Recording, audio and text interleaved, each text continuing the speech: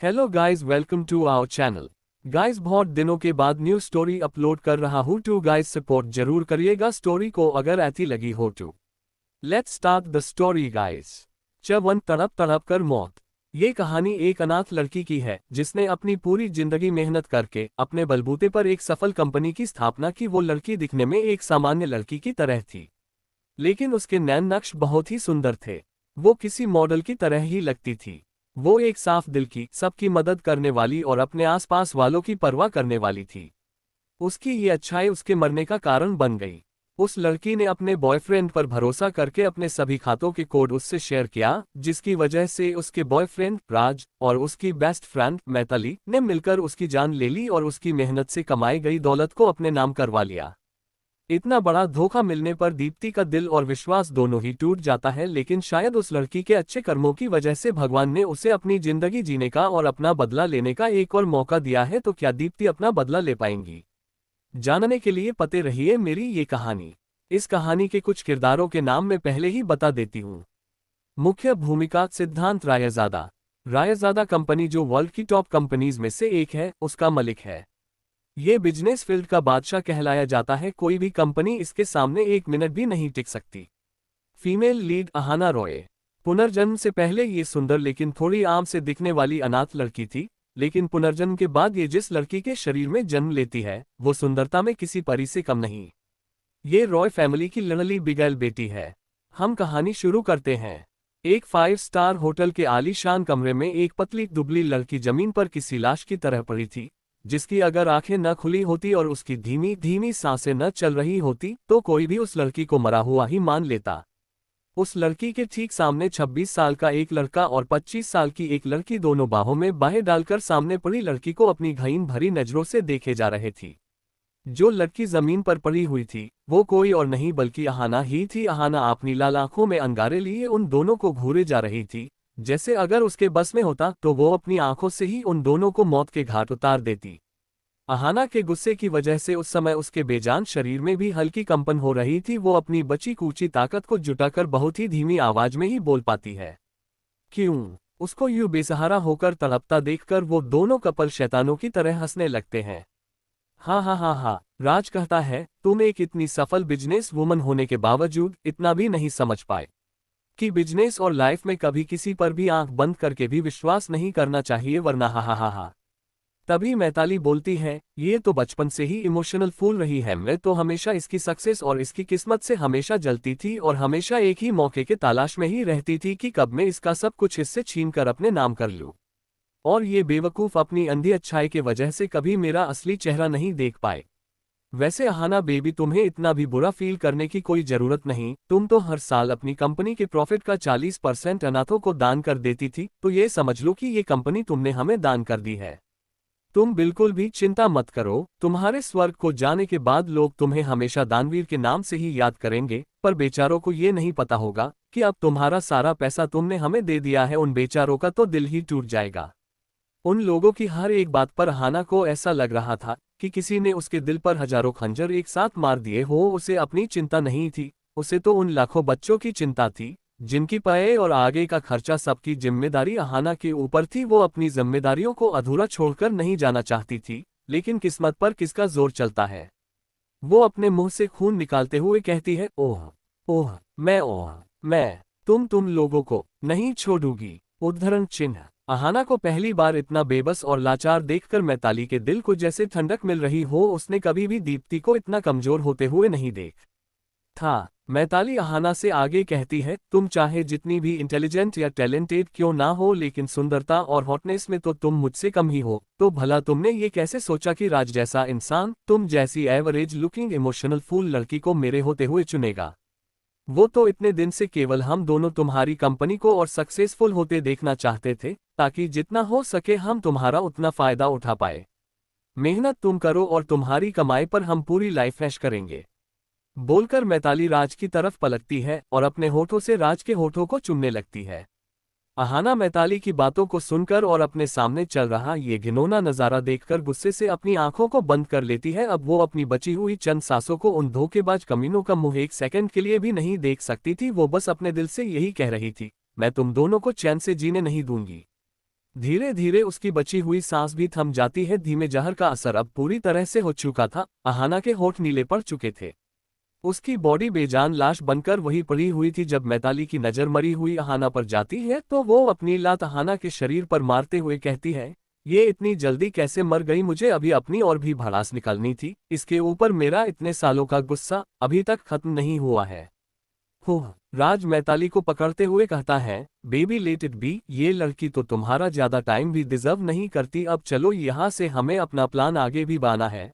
अभी हमारा काम खत्म नहीं हुआ है। ये सब खत्म करके हम रात में अच्छे से एंजॉय करेंगे ताकि तुम्हारा मूड थोड़ा अच्छा हो सके। हम ठीक है, तुम कहते हो तो इस बिच को जाने देती हूँ। राज कहता है, ठीक है अब चलते हैं। चिट्टू रीबॉर्न। उसकी बॉडी बेजान लाश बनकर वहीं पड़ी हुई थी। जब मैताली की नजर मरी हुई अहाना पर जाती है तो वो अपनी लात अहाना के शरीर पर मारते हुए कहती है, ये इतनी जल्दी कैसे मर गई? मुझे अभी अपनी और भी भड़ास निकालनी थी। इसके ऊपर मेरा इतने सालों का गुस्सा अभी तक खत्म नहीं हुआ है। हो राज मैताली को पकड़ते हुए कहता है, बेबी लेट इट बी, ये लड़की तो तुम्हारा ज्यादा टाइम भी डिजर्व नहीं करती। अब चलो यहाँ से, हमें अपना प्लान आगे भी बढ़ाना है। अभी हमारा काम खत्म नहीं हुआ है। ये सब खत्म करके हम रात में अच्छे से एंजॉय करेंगे ताकि तुम्हारा मूड थोड़ा अच्छा हो सके। हम ठीक है, तुम कहते हो तो इस बिच को जाने देती हूँ। राज कहता है, ठीक है अब चलते हैं। अब आगे एम्स हॉस्पिटल के वीआईपी वार्ड में एक लड़की धीरे धीरे करके अपनी आंखें खोलती है। वो बहुत ही मुश्किल से खुद को उठाती है। उसके सर पर बहुत जोरों से दर्द हो रहा था। उसे लग रहा था कि वो अभी किसी गहरी खाई में गिर रही थी कि अचानक उसे एक रोशनी ने दिखाई दी जो उसे अपनी तरफ खींच रही थी। उसे ये सपना बहुत ही अजीब सा लग रहा था। धीरे धीरे अपने होश को संभालने के बाद जब उसका दर्द काफी हद तक खत्म हो जाता है तो फिर उसे अपने साथ किया गया सब कुछ किसी फिल्म की तरह उसकी आंखों के सामने चलने लगता है। सब याद आते ही वो पूरी तरह से अपने होश में आ जाती है और अपने आसपास देखने लगती है। खुद को हॉस्पिटल में देखकर वो सोच में पड़ जाती है, क्या किसी ने मेरे मरने से पहले मुझे हॉस्पिटल में दाखिल करवा दिया? क्या मेरी जान बचा ली गई? क्या मैं अभी भी जिंदा हूँ? वो अपने मन के ख्यालों में गुम ही थी कि तभी वार्ड के गेट खुलता है और एक नर्स अंदर आकर जब अपने सामने लड़की को देखती है तो तुरंत वार्ड से बाहर चली जाती है। उसके तुरंत बाद एक डॉक्टर वार्ड के अंदर आते हैं। उनके पीछे पीछे ही एक 40 से 45 साल के उम्र की खूबसूरत सी महिला भी आती है जो अपनी नम आंखों से बस अहाना को ही देखे जा रही थी पर कुछ बोल नहीं रही थी। डॉक्टर कुछ देर तक अहाना का अच्छे से चेकअप करने के बाद पलटकर उस महिला से कहता है, वह अब खतरे से बाहर है। प्लीज आगे से आप ध्यान रखिएगा। इस बार तो ये होश में आ गई है, ये किसी चमत्कार से कम नहीं। अब मैं चलता हूँ, आप पेशेंट का ख्याल रखिएगा। अहाना को डॉक्टर की बातें तो समझ आ रही थी लेकिन उसे ये नहीं समझ आ रहा था कि डॉक्टर उसकी तबीयत के बारे में उस अनजान महिला को क्यों बता रहा है। जब अहाना ध्यान से उस महिला को देखती है तो उसे ये चेहरा काफी जाना पहचान सा लग रहा था। वो अपने दिमाग में जोर लगाने लगती है तो किसी लड़की की जिंदगी से जुड़ी सारी याद उसके दिमाग में एक एक करके फ्लैश हो रही थी। वो अपने दोनों हाथों से अपने सर को कसकर पकड़ लेती है और फ्रस्ट्रेशन में चिल्लाती है, आ हा हा हा हा हा। उसको ऐसा करते देख वो महिला अहाना को तुरंत गले लगा लेती है और उसके बालों में प्यार से हाथ फेर कर कहती है, अहाना कुछ नहीं होगा तुम्हें, तुम्हारी माँ तुम्हारे पास ही है बेटा। अब तुम्हारी माँ तुम्हें कभी खुद से दूर नहीं जाने देगी, चाहे तू कितनी ही जिद क्यों ना कर ले मुझसे। अहाना को उस अनजान महिला की बाहों में सुकून मिल रहा था जिसे उसने अपनी पूरी जिंदगी में कभी नहीं पाया था। वो इतनी ममता और दुलार पाकर ये भूल ही गई थी कि वो इस वक्त किसी अनजान महिला के गले लगी हुई है। वो भी अपने हाथों से उस औरत को गले लगा लेती है और अनायास ही उसके मुंह से निकला है, माँ। अहाना का यूं खुद को गले लगाता देखकर वो महिला तुरंत चुप हो जाती है, जैसे उसने कुछ अलग महसूस किया हो। वो महिला बस अपने मन में यही सोचती रहती है, ये अहाना ने आज खुद आगे आकर मुझे गले लगाया। क्या मैं कोई सपना तो नहीं देख रही? नहीं, ये जरूर ही कोई सपना होगा। इसे तो अभी मुझे झटका कर खुद से दूर करना चाहिए था। ये अहाना को अचानक से क्या हो गया है? क्या इसने अब अपनी जिद छोड़ दी? जब अहाना महसूस करती है कि वो महिला अब कोई प्रतिक्रिया नहीं दे रही तो अचानक वो भी अपने होश में आती है और तुरंत उस महिला से अलग हो जाती है। जब महिला अहाना को खुद से अलग होता हुआ देखती है तो उसका चेहरा एकदम से उतर जाता है। उन्हें लगने लगता है कि उन्होंने इतनी जल्दी कुछ ज्यादा ही उम्मीदें पाल रखी थी। उस महिला को यूं मायूस होता देखकर अहाना को अच्छा तो नहीं लग रहा था, लेकिन वो ये नहीं समझ पा रही थी कि ये अनजान महिला उसे अपनी मां क्यों कह रही है। वो फिर से सोचने लगती है कि उसे अभी इस चेहरे को कहाँ देखा था। फिर से उसके दिमाग में कुछ याद आने लगती है, लेकिन याद उसकी नहीं थी। तो फिर ये सब किसके बारे में था, और उसके सामने की महिला उसकी यादों से मिलती लड़की की मां क्यों लग रही थी। उसे अभी भी कुछ समझ में नहीं आ रहा था। उसे अपने दिमाग को शांत करने की जरूरत थी। वो तुरंत उठने लगती है। वो महिला थोड़ा झिझकते हुए उसका हाथ पकड़ लेती है और उसे बाथरूम की तरफ जाने में मदद करने लगती है। अहाना भी उस महिला को अपनी सहायता करने से नहीं रोकती। जब वो बाथरूम में जाकर गेट बंद करके अपना मुंह धोने के लिए टैब ऑन करने के बाद कुछ पानी के छींटे अपने चेहरे पर मारकर अपना फेस मिरर में देखती है तो एकदम से जम जाती है, क्योंकि मिरर में जो लड़की दिखाई दे रही थी वो लड़की वो तो बिल्कुल भी नहीं थी। वो तुरंत अपना चेहरा दोनों हाथों से छूने लगती है और तरह तरह के मुंह बनाने के बाद जब उसे यकीन हो जाता है कि सामने जो चेहरा उसे दिख रहा है वो उसी का है, तो वो अपने दोनों हाथों को अपने मुंह में रख लेती है ताकि उसके चीख से ये हॉस्पिटल गूंजने ना लगे। क्योंकि अभी तो वो केवल हॉस्पिटल में थी, कहीं उसकी हरकतों को देखकर सब उसे मेंटल हॉस्पिटल न पहचान दे। वो 2-3 बार और अपने फेस पर पानी के छींटे मारती है। अपने चेहरे को अच्छे से धोकर कहती है, ऐसा तो कहीं से नहीं लग रहा है कि मेरी प्लास्टिक सर्जरी हुई हो। ये चेहरा तो बहुत सुंदर और कोमल लग रहा, जैसे किसी 20 साल की लड़की का चेहरा हो। जैसे उसके दिमाग में ये बात आती है, उसका दिमाग तुरंत धनकता है। वो खुद को इधर उधर पलट कर देखने लगती है। अगर इस समय कोई उसे इस हाल में देखता लेता तो पक्का यही कहता कि कोई बंदरिया अपनी पूंछ को ढूंढ रही हो। इतना ज्यादा फनी हरकतें कर रही थी।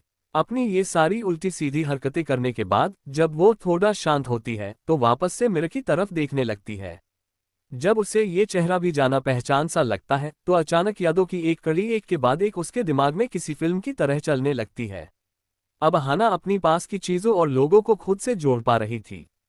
छतरी माँ का प्यार। अपनी ये सारी उल्टी सीधी हरकतें करने के बाद जब वो थोड़ा शांत होती है तो वापस से मिरर की तरफ देखने लगती है। जब उसे ये चेहरा भी जाना पहचान सा लगता है तो अचानक यादों की एक कड़ी एक के बाद एक उसके दिमाग में किसी फिल्म की तरह चलने लगती है। अब हाना अपनी आसपास की चीजों और लोगों को खुद से जोड़ पा रही थी। New character information. रॉय परिवार। अहाना की मां सीमा रॉय। अहाना के पिता जीवंत रॉय। अहाना का बड़ा भाई ऋषभ रॉय। अब आगे अहाना खुद को शांत करने के बाद अच्छे से अपनी नई यादों से जुड़ी लड़की के बारे में जानने लगती है। उसके दिमाग में यादों का सैलाब कुछ इस तरह का था। पहली वाली अहाना एक शादीशुदा लड़की थी जिसने एक आदमी से जानबूझकर शादी करने के लिए उसकी दादाजी से खुद ही शादी के बारे में बात कर ली। वो वहां पर भी नहीं रुकी, उस इंसान को किसी तरह मनवाकर एक डील की शादी कर ली, केवल उसके दादाजी को दिखाने के लिए। लेकिन जब बहुत दिनों तक इंतजार करने के बाद भी उस लड़के ने उसे पूरी तरह से इग्नोर किया और उसके धमकी देने पर भी वो उसके पास नहीं आया, तो उसने स्लीपिंग पिल्स लेने की कोशिश की। हालांकि अब वो अहाना मार चुकी थी, लेकिन उसकी जगह पर हमारी हीरोइन अहाना को जीने का एक बार और मौका मिला था। पुरानी अहाना की हरकतों के बारे में जानकर हमारी अहाना अपने सर की मालिश करते हुए कहती है, हे भगवान, ये किस अमीर बाप की बिगड़ी औलाद के अंदर डाल दिया है। इस लड़की की तो पागलपन की कोई सीमा ही नहीं थी। आखिर में अपने इसी पागलपन के चलते उसने अपनी ही जान दे दी। उसके दिमाग में ये सब चल रहा था कि तब पुरानी अहाना की मां सीमा जी दरवाजे पर दस्तक करते हुए कहती है, बेटा आप ठीक तो हो। अहाना तुरंत होश में आती हुई कहती है, हाँ माँ मैं ठीक हूँ, बस अभी निकल रही हूँ। वो दोबारा से खुद को मिरर में देखकर मुस्कुराते हुए कहती है, भैया अब मैं ही हूँ असली अहाना रॉय। जो भी हो, लेकिन इस लड़की के पास में इतना सब कुछ होते हुए भी इसे किसी चीज की कदर नहीं थी। शायद इसीलिए मुझे इसका जीवन जीने का ये मौका मिल पाया है। वो अपने हाथों को जोड़कर अपनी आंखों को बंद करके भगवान को ये जीवन देने के लिए उनका शुक्रिया अदा करती है और थोड़ी देर में बाहर वापस अपनी जगह पर बैठ जाती है और सामने बैठी सीमा जी को देखने लगती है। उसे पता था कि इस लड़की की जिद की वजह से उसने अपने परिवार वालों का काफी बार दिल दुखाया था, लेकिन उसे अब ये समझ में नहीं आ रहा था कि वो उसके सामने वाली महिला से क्या बोले। जब उसे कुछ समझ में नहीं आता तो वो खांसने का नाटक करने लगती है। ओह! सीमा जी तुरंत पानी का गिलास लेकर अपनी बेटी के पास चली जाती है। अहाना को ये देखकर थोड़ा बुरा तो लग रहा था, लेकिन वो कुछ नहीं कर सकती थी। वो उनके हाथों से ही पानी पी लेती है और थोड़ा झिझकने के बाद कहती है, माँ क्या डैड और भाई मुझे देखने नहीं आएंगे, क्या वो मुझसे इतने ज्यादा नाराज हैं? सीमा जी जब अहाना की बात सुनती है तो शौक से उनकी आंखों बड़ी बड़ी हो जाती है। उनके मुंह से तो बोल ही नहीं फूट रहे थे।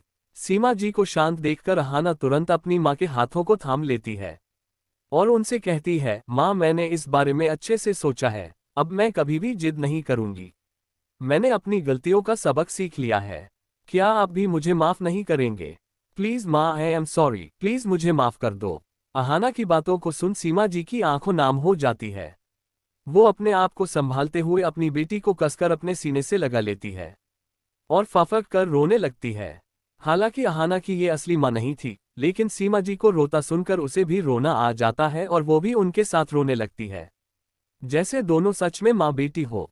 अहाना को भी ऐसा लग रहा था कि वो सच में अपनी माँ के गले लगी हुई है। वो अपने मन में कहती है, माँ मैं आपसे वादा करती हूँ कि अब से मैं ही आपकी अपनी बेटी अहाना बनकर रहूंगी और अपनी इस नए परिवार को सच्चे दिल से अपनाऊंगी।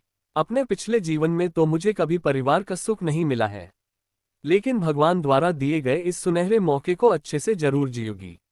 जब सीमा जी अहाना को भी अपने साथ रोता हुआ पाती है तो उनका दिल पिघल जाता है। वो तुरंत अपने आंसू पोंछकर अपने आंचल से अहाना की आंखों से भी अंशु पोंछती है और उसके माथे को चूमते हुए कहती है, अगर मेरा बच्चा अपनी गलती मान रहा है तो फिर तेरी माँ को भला क्या ही प्रॉब्लम हो सकती है। अहाना अपनी माँ के इस दुलार को देखकर बहुत इमोशनल हो जाती है। वो प्यार से अपनी माँ को देखकर कहती है, माँ मुझे आपके साथ वापस जाना है। मुझे अब और इस हॉस्पिटल में नहीं रहना। अब मैं बिल्कुल ठीक हो चुकी हूँ। सीमा जी अहाना की बात सुनकर कुछ सोच में पड़ जाती है। फिर हाँ में अपना सर हिलाते हुए कहती हूँ, ठीक है मैं अभी सारी डिस्चार्ज फॉर्मेलिटी पूरी करके आती हूँ। ये कहकर वो साथ ही में अपना मोबाइल भी लेकर चली जाती है। सीमा जी जैसे ही वार्ड के बाहर आती है वो तुरंत अपने पति जीवंत जी को कॉल करती है और उन्हें कॉल पर आज अहाना के साथ हुई सारी बातों को बताती है, जिन्हें सुनकर पहले तो जीवंत जी शॉक हो जाते हैं। फिर काफी देर तक शांत रहने के बाद कहते हैं, आप उसे वापस ले आए। अगर जैसा आप बता रही है अहाना अपनी गलती सुधरना चाहती है तो हम भी उसे एक मौका देने को तैयार है। कुछ देर बाद सीमा जी अपना सारा पेपर वर्क पूरा करके वापस वार्ड में आती है तो देखती है कि अहाना ने पहले ही अपने कपड़े चेंज कर लिए हैं। वो दोनों भी जल्दी ही अस्पताल से निकलकर रॉय हवेली पहुंच जाते हैं। जैसे जैसे कार रॉय मैंशन के करीब आती जा रही थी वैसे वैसे अहाना की आंखों चौड़ी होती जा रही थी। चफोर अहाना का अपने परिवार से पहली मुलाकात। कुछ देर बाद सीमा जी अपना सारा पेपर वर्क पूरा करके वापस वार्ड में आती है तो देखती है कि दीप्ति ने पहले ही अपने कपड़े चेंज कर लिए हैं। वो दोनों भी जल्दी ही अस्पताल से निकलकर रॉय हवेली पहुंच जाते हैं। जैसे जैसे कार रॉय मैंशन के करीब आती जा रही थी वैसे वैसे अहाना की आंखों चौड़ी होती जा रही थी। अब आगे अहाना का चेहरा खिड़की के बाहर होने की वजह से सीमा जी उसके एक्सप्रेशन नहीं देख पा रही थी, वरना उन्हें पक्का उस पर शक होता। लेकिन हमारी दीप्ति जी तो अपने ही ख्यालों में खोई हुई थी। अहाना मन में बोलती है, बाप रे इतना सुंदर घर। मैंने तो अपना बिजनेस सक्सेसफुल बनाने के बाद सोचा था कि मैं ऐसा एक विला खरीदूंगी, लेकिन देखो अब मुझे पता चला कि लोग ऐसा क्यों कहते हैं कि ऊपर वाला जब भी देता छप्पड़ फाड़ के। कार के रुकने के बाद पीछे से सीमा जी की आवाज आने पर अहाना अपने होश में आती है। बेटा अब बाहर भी चलो, क्या कार में ही बैठने का इरादा है? सीमा जी की आवाज सुन अहाना तुरंत अपने होश को संभालती है, लेकिन शर्म की वजह से उसके कान थोड़े लाल हो गए थे। वो अपने मन में सोच रही थी कि अगर माँ ने मुझे ऐसी हरकत करते देखा होता तो पता नहीं मेरे बारे में क्या सोचती। अहाना कंट्रोल कर खुद को, इतनी इंटेलिजेंट होने पर भी कभी कभी पता नहीं कैसी हरकतें करती है तू भी। ये सब सोचते हुए अपनी माँ के पीछे पीछे विला में एंटर करती है, लेकिन अपने आसपास की चीजों को वो अपनी चमकी आंखों से देख रही थी, जैसी किसी छोटी सी लड़की को उसका फेवरेट ड्रीम हाउस मिल गया हो। आखिर उसने अपने पिछले जीवन में मेहनत करके कमाई तो बहुत कर ली थी, लेकिन वो इन सब ऐशो आराम की जिंदगी अपनी शादी के बाद ही जीना चाहती थी। इसीलिए इतना बड़ा बिजनेस खड़ा करने के बावजूद भी वो अपने घर में रहती थी, लेकिन वो भी अच्छा खासा बड़ा था, लेकिन उसकी तुलना कहीं से भी एक विला से नहीं की जा सकती थी। जब वो दोनों मेन हॉल में पहुंच तो अहाना के डैड वही सोफे पर बैठकर अखबार पढ़ रहे थे। हालांकि वो अखबार को दिखाने के लोए ही पकड़े हुए थे। उन्हें तो अपनी बेटी का दोबारा घर वापस आने का इंतजार ही नहीं हो रहा था। सीमा जी भी ये बात अच्छे से समझ रही थी, क्योंकि जीवंत जी ने अखबार को कब से उल्टा ही पकड़ा हुआ था और बार बार झाँककर दरवाजे की तरफ देख रहे थे। लेकिन जैसे ही उन्होंने दोनों को हाल में आते हुए देखा तो अखबार पढ़ने का नाटक करने लगे। सीमा जी अपने पति की ऐसी हरकत देखकर मन ही मन में हंस भी रही थी और सोच रही थी ये दिखाते नहीं है, लेकिन अपनी बेटी के वापस आने की खबर सुनकर इनसे थोड़ा सा भी इंतजार नहीं हुआ। जिस लड़की पर सबका ध्यान था वो मैडम तो विला की खूबसूरती देखने में खोई हुई थी। जब जीवंत जी और सब्र नहीं कर पाते और देखते हैं कि उनकी लाडली बेटी तो उनसे मिलना या उन्हें मनाना तो दूर की बात उन्हें देख तक नहीं रही है, वो कंफ्यूजन से अपनी बीवी की तरफ देखते हैं जो उनसे भी ज्यादा कंफ्यूज लग रही थी। फिर दोनों मियाँ बीवी ने एक दूसरे की तरफ देखते हैं और जीवंत जी ने अहाना का ध्यान अपनी तरफ लाने के लिए हल्की सी खराश की।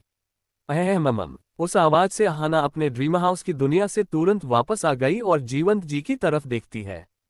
जब वो अपने डैड को खुद को घूरता हुआ पाती है तो अब तो एम्बेरसमेंट की वजह से उसके गाल हल्के लाल हो जाते हैं। उसकी ये बचकाना हरकत देखकर जीवंत जी, जो फुल गुस्सा करने की एक्टिंग के मूड में थे, तुरंत अपना कंट्रोल खोकर जोर जोर से हंसने लगते हैं। सीमा जी भी अब खुद को और कंट्रोल नहीं कर पाती और वो भी जोरों से ठहाका मारते हुए हंसने लगती है। पूरे रॉय विला में हंसी की आवाजें गूंजने लगती है, जिसकी वजह से अपने कमरे में काम कर रहे ऋषभ का भी ध्यान जाता है और वो अजीब सा फेस बनाते हुए ही हाल में आता है, क्योंकि कितने सालों बाद आज पहली बार इस इतने बड़े विला में हंसी की आवाजें आ रही थी। इस सब की वजह से अहाना के गाल जो शर्म की वजह से थोड़े गुलाबी हो गए थे वो अब टमाटर की तरह लाल हो जाते हैं और उसके कान भी एकदम लाल हो जाते हैं। उसका तो मन कर रहा था कि वो यही गड्ढा खोदकर उसमें खुद को ही गाड़ दे, लेकिन वो इस समय इतनी प्यारी और मासूम लग रही थी कि अगर कोई लड़का उसे इस वक्त देख लेता तो बस देखता ही रहता। ऋषभ जब हॉल में आता है तो अपने मॉम डैड को यूं जोर से हंसता हुआ देख थोड़ी देर के लिए वही रुक जाता है, लेकिन जब वो अपने सामने खड़ी लड़की को सर झुकाकर अपने लाल हो चुके चेहरे के साथ देखता है तो अपनी जगह पर कुछ समय के लिए फ्रीज ही हो जाता है, क्योंकि उसने अहाना के यहाँ सच में होने की उम्मीद नहीं की थी। हालांकि उसके डैड ने बोला था कि दीप्ति अपनी की गई गलतियों की माफी मांगी और हम सब के साथ रहने के लिए वापस आ रही है, लेकिन जब वो अपने सामने का नज़ारा देखता है तो उसे समझ नहीं आता कि उसे कैसे रिएक्ट करना चाहिए। वो बिना कुछ सोचे समझे अपने कमरे में वापस चला जाता है, लेकिन हॉल के सभी लोगों ने ऋषभ को वापस जाते देखा लिया था। जब अहाना अपने भाई को जाता देखती है तो उसे काफी बुरा लगता है, लेकिन वो समझ सकती थी कि पुरानी अहाना ने जितना रायता फैलाया था उसे बार में तो साफ नहीं ही किया जा सकता। वो तुरंत पलटकर अपने डैड की तरफ देखती है, जो इशारे से उसे अपने भाई के पीछे जाने की मंजूरी दे देते हैं। आखिर भाई बहन का रिश्ता अलग होता है और उसमें दोनों का रूठना मनाना भी तो अलग होता है। भले ही सबने उसके सुसाइडल एक्शन को माफ करने की कोशिश की हो, लेकिन ये कोई ऐसा कदम नहीं था जिसे इतनी आसानी से भुला दिया जाए। आखिर ये उसके बचपने में की गई गलती नहीं मानी जा सकती थी। इसमें केवल खुद की जान के साथ खिलवाड़ करना नहीं बल्कि अपनों के इमोशंस के साथ भी खिलवाड़ करना जुट जाता है। अहाना तुरंत तेज कदमों से अपने भाई के कमरे में अपने भाई के पीछे पीछे ही घुस जाती है और उनके गेट के बंद करने का कोई मौका ही नहीं देती है। जब ऋषभ देखता है कि अब उसकी बहन कमरे में एंटर कर चुकी है तो फ्रस्ट्रेशन में अपने सोफे पर दोबारा अपना काम करने के लिए वापस बैठ जाता है। अहाना तुरंत अपने भाई के सामने कान पकड़कर उठा बैठक लगाने लगती है। पहले तो ऋषभ ने उसे इग्नोर करने का सोचा, लेकिन जब उसे याद आया कि अभी ही वो हॉस्पिटल से आए हैं, वो तुरंत उसे रोकते हुए खड़ा हो जाता है और पास जाते हुए कहता है, ये इमोशनल ब्लैकमेल मत कर। तूने अब तक जो कुछ भी किया मैंने तुझे कभी कुछ नहीं कहा, लेकिन इस बार तो तूने हद ही कर दी। तूने अपनी जान देने की कोशिश की, वो भी उस सिद्धांत रायजादा के लिए जिसे तेरी जरा सी भी फिक्र नहीं थी। क्या तुझे एक बार भी माँ पापा का या मेरा ख्याल नहीं आया? हाँ, तूने क्या सोचा था तू इतनी बड़ी गलती करेगी और हम सब तुझे माफ कर देंगे? नहीं छोटी, तूने बिल्कुल ही गलत सोच लिया, क्योंकि मैं मॉम डैड जैसा बिल्कुल भी नहीं हूँ। चफाइव अहाना और ऋषभ की नोकझोंक। अहाना तुरंत अपने भाई के सामने कान पकड़कर उठा बैठक लगाने लगती है। पहले तो ऋषभ ने उसे इग्नोर करने का सोचा, लेकिन जब उसे याद आया कि अभी ही वो हॉस्पिटल से आए हैं, वो तुरंत उसे रोकते हुए खड़ा हो जाता है और पास जाते हुए कहता है, ये इमोशनल ब्लैकमेल मत कर। तूने अब तक जो कुछ भी किया मैंने तुझे कभी कुछ नहीं कहा, लेकिन इस बार तो तूने हद ही कर दी। तूने अपनी जान देने की कोशिश की, वो भी उस सिद्धांत रायजादा के लिए जिसे तेरी जरा सी भी फिक्र नहीं थी। क्या तुझे एक बार भी माँ पापा का या मेरा ख्याल नहीं आया? हाँ, तूने क्या सोचा था तू इतनी बड़ी गलती करेगी और हम सब तुझे माफ कर देंगे? नहीं छोटी, तूने बिल्कुल ही गलत सोच लिया, क्योंकि मैं मॉम डैड जैसा बिल्कुल भी नहीं हूँ। अब आगे। आई एम सॉरी भाई, प्लीज ये मेरी आखिरी गलती समझकर माफ कर दीजिए। मैं वादा करता हूँ कि अब से ऐसा कोई काम नहीं करूंगी जिससे आपको और मॉम डैड को मुझसे नाराज होने का मौका भी मिले। प्लीज अपनी छोटी को माफ कर दो भाई। अहाना अपने मासूम चेहरे के साथ अपनी आंखों में आंसू भरकर अपने भाई को उम्मीद भरी नजरों से देखने लगती है। वो कहीं ना कहीं अपनी भाई की डांट में छिपे प्यार को महसूस करके उसका दिल बहुत ही सॉफ्ट हो गया था। वो किसी भी हाल में इतनी अच्छी फैमिली को खोना नहीं चाहती थी। उसे हमेशा से इसी तरह की फैमिली के साथ रहने के सपने देखे थे, जो पता नहीं किस वजह से सच होते हुए दिखाई दे रहे थे। अहाना की माफी और उसकी आंखों में सच्चाई देखकर अब ऋषभ और ज्यादा उससे गुस्सा नहीं हो पा रहा था। वो अहाना के इस तरह के जवाब से थोड़ा शॉक में भी था कि जो लड़की अपनी जिद और अपने प्यार में पूरी तरह अंधी बनकर कभी कभी अपनी हरकतों से पूरी फैमिली को पता नहीं कितनी बार एम्बारस कर चुकी हो, वो भी कभी इतनी आज्ञाकारी होकर भी बातें करेगी। भले ही अहाना अपने चेहरे और अपनी हरकतों से कोई मासूम लड़की लग रही थी, लेकिन उसकी बातें करने का लहजा एकदम परिपक्व लड़की जैसा लग रहा था। ऋषभ अब और अपने छोटी को अपने सामने गिड़गिड़ाते हुए नहीं देख सकता था, इसीलिए अपने दोनों हाथों से अपनी बहन के हाथों को पकड़ लेता है, जो अभी भी अपने कानों को पकड़े हुए थे। अहाना तुरंत अपने भाई के गले लगकर रोने लगती है। शायद अपने पिछले जीवन में इतना सब सहने के बाद जब उससे अपनापन मिला तो वो खुद को अब और नहीं रोक पाए। ऋषभ भी अपनी बहन का दर्द फील कर पा रहा था। उसे ऐसा लग रहा था कि सिद्धांत की वजह से उसका दिल टूट गया है। हालांकि ये भी नहीं चाहता था कि उसकी छोटी बहन उस क्रूर सिद्धांत के प्यार में पड़ जाए। शायद वो कहीं ना कहीं जानता था कि सिद्धांत उसकी बहन को कभी स्वीकार नहीं करेगा। लेकिन अपनी बहन का ये हाल देखकर अब उसने कसम खा ली थी कि जिस आदमी ने उसकी छोटी को इतना रुलाया है वो उसे इतनी आसानी से नहीं छोड़ने वाला। वो उसका ध्यान भटकाने के लिए कहता है, अब बस भी कर, देख अब तो तेरी नाक भी बहने लगी है, पूरी बंदरिया लग रही है। अहाना तुरंतम अपने भाई को अपने हल्के हाथों से मुक्के मारने लगती है। दोनों ही एक दूसरे को मारने लग जाते हैं। उन दोनों को इतनी भी खबर नहीं थी कि उनके मॉम डैड उन्हें दरवाजे पर खड़े होकर देखकर मुस्कुरा रहे थे। तभी सीमा जी की आवाज से वो दोनों अपनी जगह पर ही खड़े हो जाते हैं। सीमा जी थोड़ा फिक्र के साथ कहती है, अब तुम दोनों ज्यादा मस्ती मत करो। अहाना अभी हॉस्पिटल से आई है, मुझे उसे अभी उसके रूम में ले जाने दो। अब जिस किसी को मेरी बेटी से बात करनी है वो उसके आराम करने के बाद ही बात कर सकता है। वो अहाना को लेकर उसके कमरे में ले जाती है और बाहर आकर लंच का इंतजाम करने के लिए चली जाती है। बाकी सब उनके पीछे पीछे ही पिया को आराम करने का बोलकर बाहर हाल में आ जाते हैं। जीवंत जी सीमा जी को देखकर कहते हैं, लगता है हमारी बेटी अब बड़ी हो गई है। मुझे उसे देखकर ऐसा लगा जैसे वो पहले बहुत दर्द में थी। सीमा जी अब आप हमारी लाडो का अच्छे से ख्याल रखिएगा। अब हम नहीं चाहते कि हमारी लाडो को थोड़ा सा भी दर्द सहना पड़े। दोनों ही लोग जीवंत जी की बात पर हामी भरते हैं। सीमा जी किचन में अपनी बेटी के लिए कुछ हल्का बनाने के लिए चली जाती है, क्योंकि डॉक्टर ने उन्हें कुछ दिनों तक अहाना को हल्का और हेल्दी खाना देने के लिए कहा था।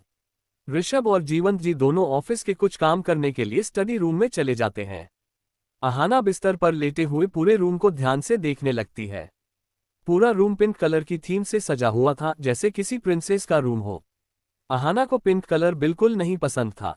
ऐसा नहीं था कि उसे कलर से नफरत थी, लेकिन जब वो अनाथाश्रम से बाहर दूसरी लड़कियों के साथ खेलने के लिए जाती थी, जो उस कॉलोनी में रहने वाली अमीर बाप की परिया थी, हमेशा अपनी पिंक ड्रेसेस से उसे हमेशा गरीब और बदसूरत होने का ताना देती थी, जिसकी वजह से जब भी वो ये रंग देखती तो उसकी वो बचपन की कड़वी याद ताज़ा हो जाती थी। वो हमेशा मस्ती करने और खुश रहने की कोशिश करती थी, लेकिन उसके अंदर छिपे दर्द को कोई आज तक नहीं समझ पाया था। अहाना अपने मन को भटकाने के लिए अपने बगल में रखे रिमोट से टीवी ऑन करके बिजनेस न्यूज देखने लगती है। न्यूज में जाने पहचाना चेहरा देख वो एकदम सन्न रह जाती है। वो इन घिनौने चेहरे को कभी नहीं भूल सकती थी। ये कोई और नहीं बल्कि राज था। वो अपने मगरमच्छ वाले आंसू बहाते हुए बहुत ही दिखावटी लग रहा था। रिपोर्टर माइक राज की तरफ करते हुए कहता है, मिस्टर राज, आपकी फियोसे की मौत की वजह से आपको कैसा महसूस हो रहा है? क्या आप इस देश की जनता से कुछ शेयर करना चाहते हैं? 6 अहाना का गुस्सा। अहाना अपने मन को भटकाने के लिए अपने बगल में रखे रिमोट से टीवी ऑन करके बिजनेस न्यूज देखने लगती है। न्यूज में जाने पहचाना चेहरा देख वो एकदम सन्न रह जाती है। वो इन घिनौने चेहरे को कभी नहीं भूल सकती थी, ये कोई और नहीं बल्कि राज था। वो अपने मगरमच्छ वाले आंसू बहाते हुए बहुत ही दिखावटी लग रहा था। रिपोर्टर माइक राज की तरफ करते हुए कहता है, मिस्टर राज, आपकी फियोसे की मौत की वजह से आपको कैसा महसूस हो रहा है? क्या आप इस देश की जनता से कुछ शेयर करना चाहते हैं? अब आगे राज तुरंत अपने चेहरे पर दुनिया भर का दुख लाते हुए कहता है, मुझे तो यकीन ही नहीं हो रहा है कि वो मुझे यूं अकेला छोड़कर चली गई है। हम दोनों ने साथ मिलकर अपने फ्यूचर के बारे में पता नहीं क्या कुछ सपने नहीं सजा कर रखे थे, और मेरे सभी सपनों और मेरे दिल को अधूरा छोड़कर के अब ऐसी जगह जा चुकी है जहां से किसी का वापस आना नामुमकिन है। रिपोर्टर अगला सवाल पूछते हुए कहता है, क्या आपको इस बारे में जानकारी है कि उन्हें कोई क्यों इस तरह जहर देकर मार सकता है? वो एक सक्सेसफुल बिजनेस वुमन होने के साथ साथ एक अच्छे दिल की महिला थी। वो तो अपने बिजनेस प्रॉफिट का कितना शेयर गरीबों और अनाथों के नाम कर देती थी। जिस तरह से आज तक पता नहीं कितने ही बच्चे का फ्यूचर अच्छा हो गया है और कितने ही बच्चे कामयाब होकर अपने देश का नाम रोशन कर रहे हैं। वो भी एक अनाथ थी और उसे इस मुकाम को हासिल करने के लिए बहुत सारे संघर्ष करने पड़े थे। इसीलिए वो कभी ये नहीं चाहती थी कि जैसे उसने अपने जीवन में इतने सारे प्रॉब्लम का सामना किया वैसे किसी और को ना करना पड़े।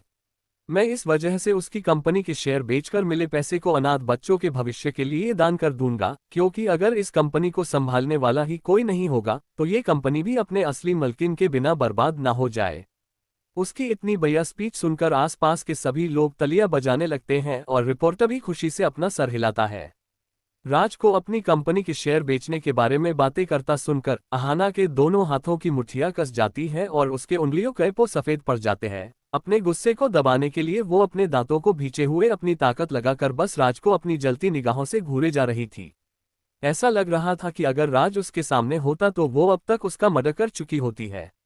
उसे इतना गुस्सा आ रहा था कैसे ये आदमी उसके नाम पर दुनिया वालों से सहानुभूति और फेम बटोर रहा है।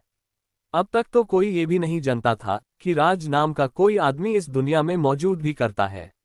वो अपने ख्यालों में इतना गुम थी, या ये कह सकते हैं कि राज को गाली देने में इतना गुम थी कि उसे इस बात की भी भनक नहीं हुई कि उसके दरवाजे पर कोई खड़ा है। जब ऋषभ अपनी मां के कहने पर यह चेक करने आया था कि अहाना अभी सो तो नहीं गई, ताकि उसे लंच करवा दिया जाए, लेकिन जैसे ही वो कमरे के अंदर आया और अपनी बहन को इतने ध्यान से टीवी देखते हुआ देखा तो उसे बड़ा अजीब लगा, क्योंकि उसकी बहन अभी बिजनेस न्यूज देख रही थी। लेकिन जब उसने अपनी बहन से कुछ बोलने के लिए अपना मुंह खोला तो वो ये देखकर शॉक में था कि जो लड़की अभी थोड़ी देर पहले किसी मासूम बच्चे की उसके साथ लड़ रही थी वो अभी बिल्कुल किसी शेरनी की तरह लग रही थी, जैसे वो अपने शिकार को देख रही हो। अपनी बहन का ये रूप देख उसका मुंह जो अभी कुछ बोलने के लिए खुला था वो खुला का खुला ही रह गया और वो बस अपना मुंह और आंखें खोल अपनी बहन को देखे जा रहा था। जब अहाना को अपने ऊपर किसी नज़र महसूस हुई तो वो तुरंत अपने होश में आ गई, लेकिन अभी तक उसका गुस्सा शांत नहीं हुआ था। जब उसने पलट कर देखा तो अपने बड़े भाई को खड़ा देखा। उससे खुद को संभालते हुए एक लंबी सांस ली और खुद को थोड़ा शांत करने के बाद अपने भाई को होश में लाने के लिए उसे आवाज देते हुए कहा, भाई आप बाहर कुछ खड़े हो, आप अंदर आ सकते हो। अहाना की सामान्य आवाज सुनकर ऋषभ तुरंत अपने होश में आता है, लेकिन वो थोड़े अजीब एक्सप्रेशन से अहाना की तरफ देख रहा था। अहाना भी अपने भाई के अजीब रिएक्शन को देख समझ जाती है, इसीलिए वो तुरंत एक प्यारी सी स्माइल करके कहती है, भाई वो क्या है ना कि गलती से ये बिजनेस न्यूज लग गई, और जब मैंने इसमें चल रही न्यूज सुनी तो मुझे इस आदमी की बात इतनी ज्यादा फर्जी लग रही थी कि मुझे गुस्सा आ गया। लेकिन आप ऐसे क्यों रिएक्ट कर रहे हो, जैसे आपने कोई भूत देख लिया हो? ऋषभ तुरंत अपने मन में बुदबुदाता है, भूत ही तो देखा था कुछ देर पहले। बाप रे बाप, मेरा दिल तो अभी भी बहुत जोरों से धड़क रहा है। जब अहाना अपने भाई को अपने में ही बुदबुदाता हुआ देखती है तो उसका ध्यान भटकाने के लिए कहती है, वैसे भाई आपको कोई काम था क्या? उसकी बात का तुरंत जवाब देते हुए ऋषभ कहता है, वो माँ पूछ रही थी कि तू लंच अभी करेगी या थोड़ी देर रुक कर। अहाना स्माइल करके कहती है, माँ से कहिएगा अगर वो मुझे खिलाएगी तो मैं अभी कर लूंगी, और उसके बाद मुझे थोड़ा आराम करना है क्योंकि दवाई की वजह से मुझे हल्की हल्की नींद महसूस हो रही है। अहाना की बात सुनकर ऋषभ थोड़ा परेशान हो जाता है, इसीलिए जो अभी थोड़ी देर पहले हुआ था उस पर ज्यादा ध्यान न देते हुए हाँ में अपना सर हिलाकर कहता है, ठीक है तू अभी सोना नहीं, मैं तुरंत माँ को लंच लाने के लिए कहता हूँ। अहाना भी हाँ में अपना सर हिला देती है, जिसके तुरंत बाद ऋषभ वहां से चला जाता है।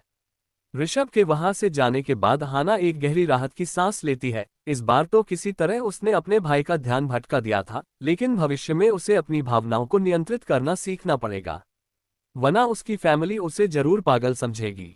7 कॉलेज में एंट्री। ऋषभ के वहां से जाने के बाद अहाना एक गहरी राहत की सांस लेती है। इस बार तो किसी तरह उसने अपने भाई का ध्यान भटका दिया था, लेकिन भविष्य में उसे अपनी भावनाओं को नियंत्रित करना सीखना पड़ेगा, वरना उसकी फैमिली उसे जरूर पागल समझेगी। Next day. अहाना को इतनी सुकून भरी नींद बहुत समय बाद नसीब हुई थी। उसने अब अच्छी तरह से पुरानी अहाना की यादों को अपने मेमोरी में स्टोर कर लिया था, ताकि अब आगे उसे सबके साथ रहने में आसानी हो। हालांकि अहाना को ये जानकर बहुत अजीब लगा था कि पुराना अहाना 22 साल की कॉलेज ड्रॉप आउट लड़की थी, जिसे पढ़ना बिल्कुल पसंद नहीं था। उसने अपना 1 साल स्किप कर दिया था। उसे ये बात जानकर बहुत बुरा लगा था, क्योंकि उसका अब एक ही लक्ष्य था, अपने कातिलों से बदला लेना और अपनी पुरानी कंपनी को दोबारा से शुरू करना। इसके लिए उसने प्लान बना लिया था कि अपने कॉलेज को पूरा करने के साथ ही वो अपनी कंपनी को दोबारा से शुरू करेगी। उसे पता था कि इस बार उसे इतनी प्रॉब्लम फेस नहीं करनी पड़ेगी, क्योंकि अपने पिछले जीवन में तो उसने 20 साल की उम्र में ही अपनी कंपनी की शुरुआत की थी और उसे ग्रो करने में उसे पूरे 5 साल का समय लगा था, जिसका एक्सपीरियंस उसके इस बार बहुत काम आने वाला था। लेकिन इस बार शायद कुछ अलग ही प्रॉब्लम उसे फेस करनी पड़े, जैसे उसका स्टडी रिकॉर्ड और डिग्री, और शायद फैमिली। अपने मन में ये सब सोचते हुए वो एक लंबी सांस बाहर निकालकर अपना ब्रेकफास्ट करने के लिए चली जाती है। जब जीवंत जी में अपनी बेटी को आते हुए देखा तो पूछते हैं, तो आज आपकी तबीयत कैसी है बेटा? अहाना अपने डैड के पास बैठते हुए कहती है, पहले से काफी बेहतर डैड। वो डैड मुझे आपसे एक जरूरी बात करनी थी। उसकी आवाज में झिझक को सुनकर ऋषभ भी उसकी तरफ ध्यान से देखने लगता है। जीवंत जी भी उसके इस तरह बोलने पर गंभीर हो जाते हैं। अहाना थोड़ा रुककर कहती है, डैड वो मुझे अपनी स्टडी पूरी करनी थी, इसलिए मैंने सोचा है कि मैं आज ही अपने 3rd ईयर एडमिशन की सारी फॉर्मेलिटी पूरी कर लूं। अहाना की बात की सुनकर दोनों एकदम से रुककर उसे ध्यान से देखने लगते हैं। हा। ऋषभ अपने आप को ज्यादा कंट्रोल नहीं कर पाया और उसकी हंसी छूट जाती है। उसके डैड भी स्माइल करते हुए अहाना को देखने लगते हैं। हंसी की आवाज सुनकर सीमा जी भी किचन से आते हुए कहती है, अरे भाई ऐसी कौन सी बात हो गई जो तुम लोग इतना हंस रहे हो? अरे जरा मुझे भी तो पता चले। ऋषभ अपनी हंसी को थोड़ा रोकते हुए कहते हैं, मॉम हाँ tears of Joy tears of Joy. Mom छोटी वो हाँ tears of Joy tears of Joy. वो छोटी दोबरा से अपनी पढ़ाई जारी रखना चाहती है और कॉलेज जाने की बात भी कर रही है। हाँ। सीमा जी अपने बेटे की बात सुनकर शौक से अपनी आंखें बड़ी करके अहाना को देखने लगती है। उन्हें भी इस बात पर विश्वास नहीं हो रहा था। आखिर होता भी कैसे जो लड़की कभी भी किताब को हाथ तक नहीं लगती थी और कॉलेज जाने के नाम पर हजारों बहाने मरती हो। वो लड़की सामने से खुद कॉलेज जाने की और अपनी पढ़ाई की बात कर रही थी। अहाना को समझ में नहीं आ रहा था कि उसे अपनी सिचुएशन पर हंसना चाहिए या रोना। वो अपने मन में कहती है, क्या इस लड़की के अंदर एक भी अच्छे गुण नहीं हो सकते? ऊपर से इस लड़की का पढ़ाई में भी डब्बा गोल था। क्या यार ये तो पूरी ऑपोजिट है मुझसे। यार सिर्फ इसकी वजह से मेरी इतनी बुरी तरह से बेइज्जती हो रही है। जब सीमा जी अपनी बेटी का दुखी चेहरा देखती है तो उन्हें काफी बुरा लगता है। इसलिए वो ऋषभ को डांटते हुए कहती हैं, अब बस भी कर ऋषु, अगर मेरी बेटी अपनी पढ़ाई पूरी करना चाहती है तो इसमें बुराई ही क्या है?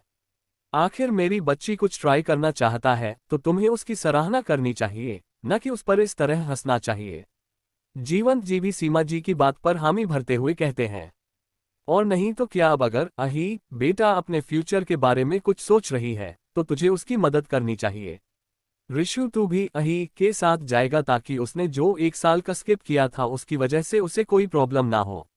ऋषभ अपने मॉम डैड की बात सुनकर एकदम से चुप हो जाती है। उसकी सारी हंसी एक बार में ही फौर हो गई थी।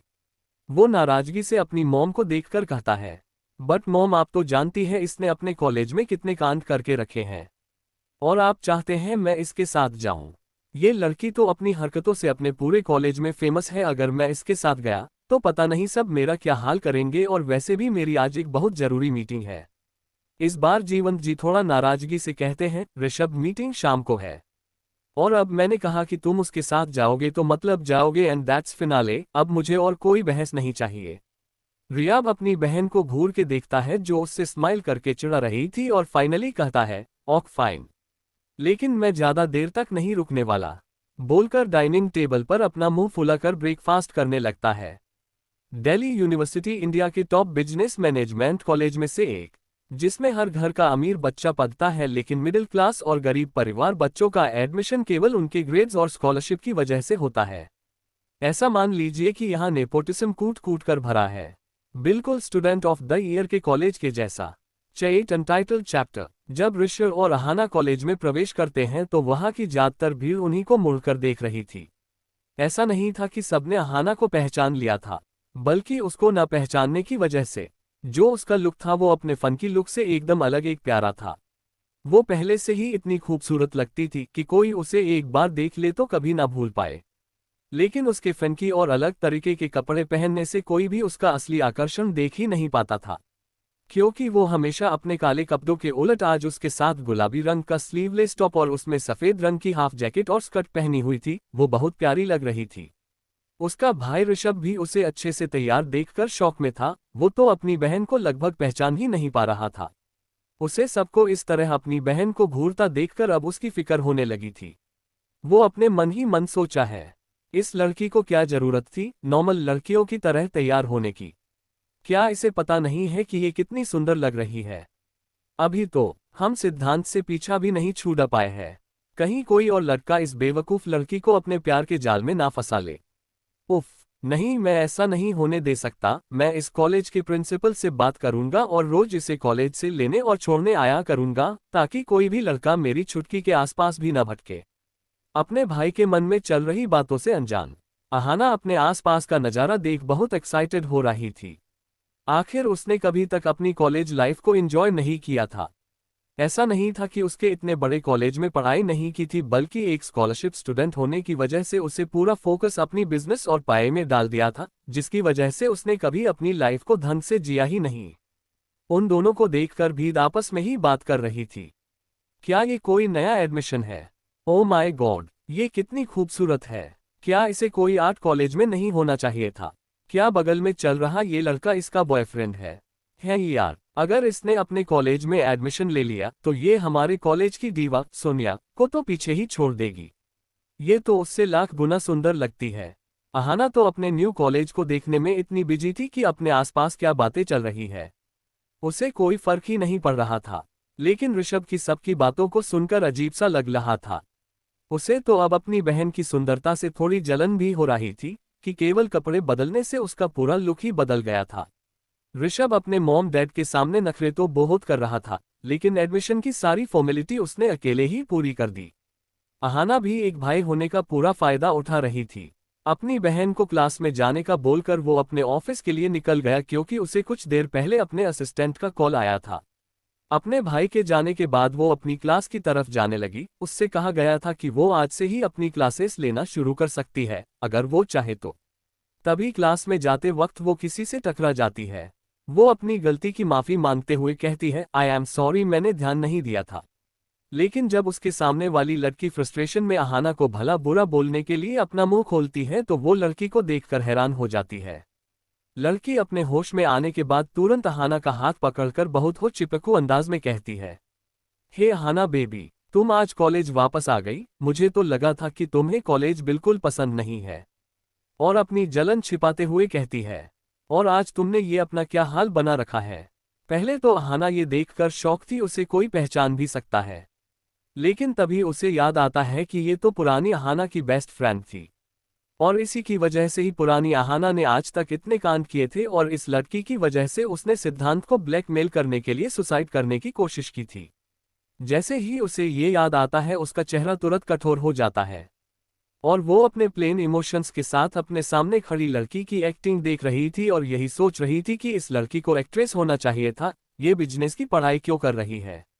उसके सामने वाली लड़की और कोई नहीं बल्कि इस कॉलेज की दीवा सोनिया थी, जो अपने से सुंदर अहाना को उस तरह से ड्रेसअप होने के लिए कहती थी और बहाना बनाता थी कि सिद्धांत को इसी तरह ड्रेसअप करने वाली लड़कियां पसंद है। सच में पुरानी अहाना भी कितनी बड़ी बेवकूफ थी जो इस दोगली कैरेक्टर वाली लड़की की बातों में आ गई। वो यही सब सोचती हुई बस अपना सर हिला देती है। सोनिया के चिपकूपन को अवॉइड करते हुए वो एक सिंगल सीट पर बैठ जाती है जहां कोई भी नहीं बैठा था। वो फिलहाल अपने आसपास शांति चाहती थी और वो तो सोनिया जैसी लड़कियों से बहुत दूरी बनाकर रखने वाली थी, चाहे इससे किसी को कितनी ही समस्या क्यों न हो। इस जन्म में वो अकेली नहीं थी, उसके पास एक प्यार करने वाली फैमिली थी, तो उसे मतलबी लोगों के पास होने की कोई जरूरत नहीं थी। जब सोनिया देखती है कि अहाना उसको पूरी तरह से इग्नोर करके अपनी सीट पर बैठ गई, तो उसे काफी शर्मिंदगी महसूस होती है। गुस्से से उसकी मुठिया का बंद हो जाती है और उसकी नेल्स उसकी हाथों पर चुभने लगती है। वो अपने आसपास चल रही गॉसिप को अवॉइड करने के लिए अपनी दोनों चमचियों के साथ क्लास से बाहर चली जाती है। अगर वो थोड़ी देर के लिए भी क्लास के अंदर रही तो उसकी वो मासूम और भोला दिखने वाला नेचर सबके सामने पूरी तरह से बर्बाद हो जाएगा, क्योंकि उसे भी नहीं पता था कि अपने गुस्से में आकर वो अहाना और बाकी सबको पता नहीं क्या कह बैठेगी। उसका फिलहाल यहाँ से चले जाना ही सही होगा।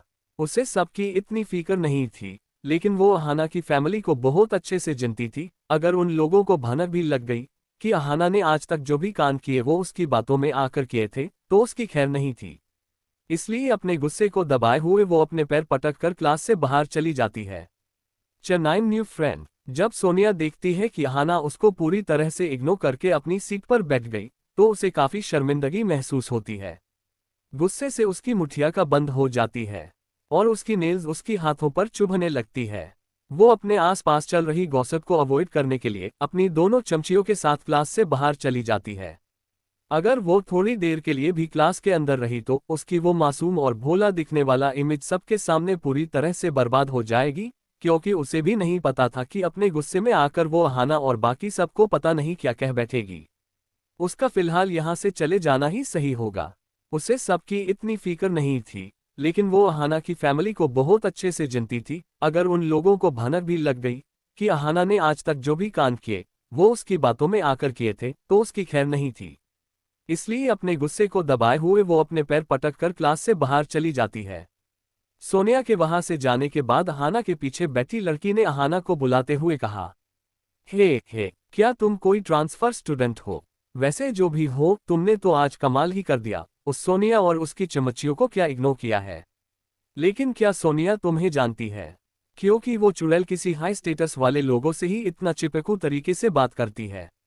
क्या तुम्हें पता है, हमारी क्लास में एक भोंदू लड़की थी जो उस सोनिया की बातों पर आंख बंद करके विश्वास करती थी और उसके सारे काले कर्मों का भुगतान उसे ही करना पड़ता था। पहले तो मुझे उस लड़की पर बहुत दया आती थी, लेकिन फिर मैंने उसकी मदद करने की अपनी इच्छा को ही खत्म कर दिया। पता है क्यों? उस लड़की के नॉन स्टॉप अपने में बड़बड़ाते देख अहाना को समझ नहीं आ रहा था कि वो उससे बात कर रही है कि खुद में ही तब से बदबदाई जा रही है। लेकिन जब उस लड़की ने अहाना ने उसकी बुराई करते हुए उसके बारे में पूछा, तो उसे समझ नहीं आ रहा था कि उसे इस बात का क्या जवाब देना चाहिए था, क्योंकि उससे पता था उसके सामने बैठी लड़की जिस भोंदू लड़की की बात कर रही थी वो और कोई नहीं बल्कि वो खुद ही थी। लेकिन जैसे ही उसने कुछ बोलने के लिए अपना मुंह खोला, उसके सामने वाली लड़की की बड़बड़ फिर से शुरू हो गई। अरे तुम छोड़ो, मैं ही तुम्हें बता रही हूँ।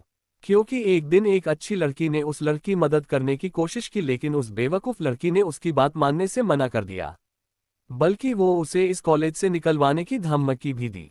जिस लड़की ने उस बेवकूफ लड़की की मदद करने की कोशिश की थी वो एक मिडिल क्लास फैमिली से थी और स्कॉलरशिप से यहाँ पढ़ने आई थी। लेकिन बेचारी के साथ बहुत बुरा हुआ। उस बेवकूफ लड़की के वहां से जाने के बाद सोनिया ने उसकी रेजिंग करवाई और उसे इतना टॉर्चर किया कि उसने खुद ही इस कॉलेज को छोड़ दिया और इस शहर से हमेशा हमेशा के लिए चली गई। उस दिन के बाद से किसी ने भी उस बेवकूफ लड़की की मदद करनी तो दूर की बात, उससे बात करनी ही बंद कर दी। अहाना ने जब अपने सामने वाली लड़की की बात सुनी तो उसकी आंखों बड़ी बड़ी हो गई। उसे उसकी पुरानी यादों में धुंधला धुंधला इसके बारे में याद तो आ रहा था, लेकिन उसे सोनिया से संबंधित कोई भी बात याद नहीं आ रही थी। अब उसे समझ आ रहा था कि आज तक सोनिया के अलावा किसी और लड़की ने पुरानी अहाना से दोस्ती करने की कोशिश क्यों नहीं की। वो अपने मन ही मन कहती है, I am sorry old Ahana, तुम अपने साथ हुई नाइंसाफी का कारण खुद ही थी ये जानकर। मुझे सच में तुम्हारी बेवकूफियों पर और भी शर्म आ रही है, लेकिन इसमें तुम्हारी पूरी तरह से भी गलती नहीं थी। लेकिन मैं तुम्हारे लिए एक काम तो कर ही सकती हूँ। मैं तुम्हारी मौत की वजह उस सोनिया को तो खून के आंसू रुलवा कर रहूंगी, ये मेरा तुमसे वादा रहा। जब उसके सामने बकबक कर रही लड़की ने देखा कि अहाना अपनी ही सोच में गुम है, तो उसके सामने अपना हाथ हिलाते हुए कहा, अरे ये तुम बार बार किसके ख्यालों में खो जाती हो। उसकी बात सुनकर अहाना अपने होश में आते हुए उस लड़की से कुछ कहने ही वाली थी कि तभी उस लड़की ने फिर से अपनी बकबक शुरू कर दी। अहाना बस थककर अपना सर हिलाने के अलावा कुछ नहीं कर पाए। उस लड़की ने आगे कहना जारी रखा, वैसे हम दोनों इतनी देर से बात करते रहे हैं, लेकिन मैंने तुम्हें अभी तक अपना परिचय तो दिया ही नहीं। फिर अपना हाथ आगे करते हुए कहती हैं, ही माई सेल्फ दिया गुप्ता। और तुम। दिया के इस तरह अपना हाथ आगे करने पर अहाना ने भी झिझकते हुए अपना हाथ मिलाते हुए कहा, वैसे मैं ही वो बेवकूफ लड़की हूं जिसके बारे में तुम बात कर रही थी, लेकिन मैं तुम्हें ये पहले ही बताना चाहती हूं कि मुझे इस बारे में कुछ नहीं पता था। उसकी बात सुनकर दिया अपनी जगह पर ही जमकर अपनी आंखें और मुंह खोलकर ऊपर से नीचे तक अहाना को घूर कर देख रही थी, क्योंकि उसके आमने बैठी लड़की उसकी यादों वाली लड़की से बिल्कुल उलट लग रही थी। दिया हकलाते हुए कहती है, तुम आहना हो और मैं तुम्हारे ही सामने इतनी देर से तुम्हारी ही बुराई कर रही थी। Oh my God. ये कहकर वो अपने दोनों हाथों को अपने मुंह पर रख लिया। फिर कुछ देर रुक कर कहती है, एक मिनट, क्या तुम और सोनिया बेस्ट फ्रेंड नहीं थी? लेकिन थोड़ी देर पहले जो हुआ। अहाना उसकी बात बीच में ही काटते हुए ही कहती है, मैं उस जैसी लड़की से किसी तरह का रिश्ता नहीं रखना चाहती, क्योंकि मुझे पहले से ही उसकी असलियत के बारे में पता चल चुका है। दिया आहना की पूरी बात सुनकर अपनी सीट से उछलकर कहती है, वाह यार, ये तो बेस्ट हुआ। तुम्हें पता नहीं उस सोनिया ने कितने लोगों को तुम्हारे बैकग्राउंड को लेकर धमकी दी है। चेतन सिद्धांत की एंट्री। अहाना उसकी बात बीच में ही काटते हुए ही कहती है, मैं उस जैसी लड़की से किसी तरह का रिश्ता नहीं रखना चाहती, क्योंकि मुझे पहले से ही उसकी असलियत के बारे में पता चल चुका है। दिया आहना की पूरी बात सुनकर अपनी सीट से उछलकर कहती है, वाह यार, ये तो बेस्ट हुआ। तुम्हें पता नहीं उस सोनिया ने कितने लोगों को तुम्हारे बैकग्राउंड को लेकर धमकी दी है। कुछ देर तक दोनों की बातचीत यूं ही चलती रही। कुछ ही देर में प्रोफेसर भी वहां आ गए और उनका लेक्चर स्टार्ट हो गया, और समय बीतने के साथ उन दोनों की अच्छी दोस्ती भी हो गई। अपनी सारी क्लासेस खत्म करने के बाद अहाना ने दिया को बाय किया, क्योंकि उसे कुछ काम था, तो वो जल्दी ही कॉलेज से बाहर निकलकर पास में बने एक कॉफी शॉप पर गई। उसने एक टेबल में अपने लिए कुछ स्नैक्स का ऑर्डर किया और अपने मोबाइल में अपने दुश्मनों से संबंधित न्यूज सर्च करने लगी। जब हॉस्पिटल में उसने राज को अपनी प्रॉपर्टी डोनेट करने की बात सुनी थी, तो उसे पूरा यकीन था कि किसी भी हाल में वो उसकी प्रॉपर्टी को डोनेट तो कभी नहीं करने वाला। उसे सबसे पहले न्यूज की इंफॉर्मेशन चेक करने के बाद शेयर मार्केट में अपने शेयर के बारे में सर्च किया। उसे इतना तो पता चल गया कि उसके कंपनी के शेयर को बेचा जा रहा है, क्योंकि राज जितना ही चालक क्यों ना हो, उसकी सॉफ्टवेयर कंपनी को बिल्कुल भी नहीं संभाल सकता था। उसने सोचा कि अगर वो अपने भाई से उसके लिए इन शेयर्स को खरीदने के लिए कहे तो। वो यही सब सोच ही रही थी कि उसे बाहर से काफी शोर की आवाज सुनाई देने लगी, जिसकी वजह से उसका ध्यान बार बार भटक रहा था। फ्रस्ट्रेशन में जब उसने पलट कर देखा तो वो एक पल के लिए वही थम गई, क्योंकि अंदर आता चेहरा काफी जाना पहचान लग रहा था, जो पुरानी आहना से संबंधित था। और उस आदमी के साथ एक लड़की मेकअप की दुकान उसके साथ चल रही थी। उसने काफी शार्ट ड्रेस पहनी हुई थी, जो उसकी थाई से थोड़ी ऊपर थी, और उसकी 7 इंच की एड़ी के बाद भी वो उस इंसान की ऊंचाई की बराबरी नहीं कर पा रहा थी। वो इंसान जब चल रहा था तो किसी राजा से कम नहीं लग रहा था, और उसके चेहरा किसी ग्रीक गॉड की तरह लग रहा था। और उसके परफेक्ट फिगर के साथ वो हर एक लड़की के सपनों का राजा था, जिसके साथ लड़कियां रहने के लिए कुछ भी करने को तैयार थी। लेकिन अहाना का ध्यान तो उसके चार्म और हैंडसमनेस को देखने की जगह उसके चेहरे को देखा जा रहा था, क्योंकि ये व्यक्ति कोई और नहीं बल्कि ओल्ड अहाना का नाम का हस्बैंड था, जिन्होंने कभी एक छत के नीचे साथ में रहा भी ना हो। पहले तो अहाना उस इंसान को देखती है, फिर उसके साथ चल रही उस लड़की की तरफ देखती है, जो बार बार सिद्धांत के करीब आने की कोशिश तो बहुत कर रही थी, लेकिन किसी वजह से वो उसके ज्यादा करीब भी नहीं जा रही थी। पहले तो अहाना ने उन्हें देखा, फिर वो पलटकर दोबारा अपने काम में बिजी हो गई। उसे भला उस इंसान से क्या लेना देना था, जिसके साथ उसकी 1 साल की कॉन्ट्रैक्ट मैरिज थी। आज नहीं तो कल वो दोनों ऑफिशियली अलग हो ही जाने वाले थे, और उसे भला उसकी लाइफ से क्या लेना देना। वो चाहे जिसके साथ भी घूमे, क्योंकि वो उसे जनती तक नहीं थी।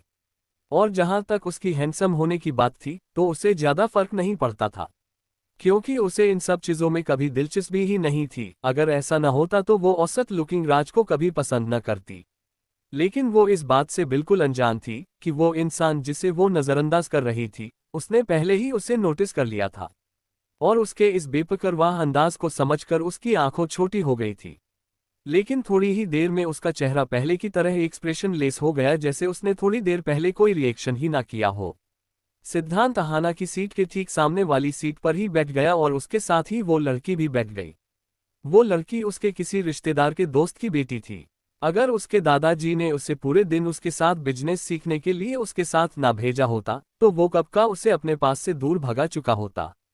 लेकिन उसे ये देखकर हैरानी हो रही थी कि जिस लड़की ने कुछ दिनों पहले प्यार में पागल किसी लड़की की तरह अपनी हरकतों से उसे परेशान करके रखा था, वो उसे पूरी तरह से नजरअंदाज कर रही थी।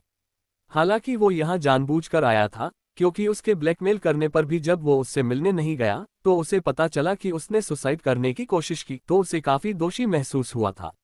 लेकिन वो उससे मिलकर कोई उम्मीद नहीं देना चाहता था। इसीलिए उसके आदमियों के बताने पर कि वो इस वक्त अकेले इस कैफे में होगी, उसने जानबूझकर यहाँ आना चुना, ताकि वो उसकी तबीयत पता कर अपनी गिल्ट को थोड़ा कम कर सके। लेकिन उसे इस बात का भी डर था कि उसे देखकर कहीं फिर से वो उससे दोबारा चिपकाने की कोशिश ना करे, इसलिए उसने एक मुसीबत को अपने साथ रखा, ताकि अहाना उसके पास भी ना आए। लेकिन उसकी प्रतिक्रिया को देखकर उसे बड़ा ही अजीब लगा, जैसे इस लड़की को उसके यहाँ होने या न होने से कोई फर्क ही नहीं पड़ रहा हो। आगे ज्यादा न सोचते हुए अपने टेबल पर कुछ ऑर्डर किया और अपनी कॉफी पीने लगा। कुछ ही देर में अहाना अपना काम करके वहां से बाहर चली गई। सिद्धांत की नज़र भी उसके जाते हुए फिगर पड़ी। पहले तो वो उसके स्टाइल को चेंज करने से काफी हैरान था, लेकिन उसे अब ऐसा लग रहा था कि उसने न केवल अपना लुक ही नहीं बल्कि खुद को भी बदल दिया था। उसे अब उस लड़की में दिलचस्पी आने लगी थी, जिसका ध्यान इतने समय तक उस लड़की के काफी मिन्नतें करने के बाद भी उस पर न गया हो। लेकिन अचानक ही पता नहीं क्यों इस बार उसका ध्यान अपने आप ही उस पर चला गया। वो इस एहसास को तो अभी समझ ही नहीं पा रहा था। आज के लिए इतना। Hi guys, thanks for watching, next episode come soon. और कैसी लगी स्टोरी कमेंट में जरूर बताइएगा दोस्तों।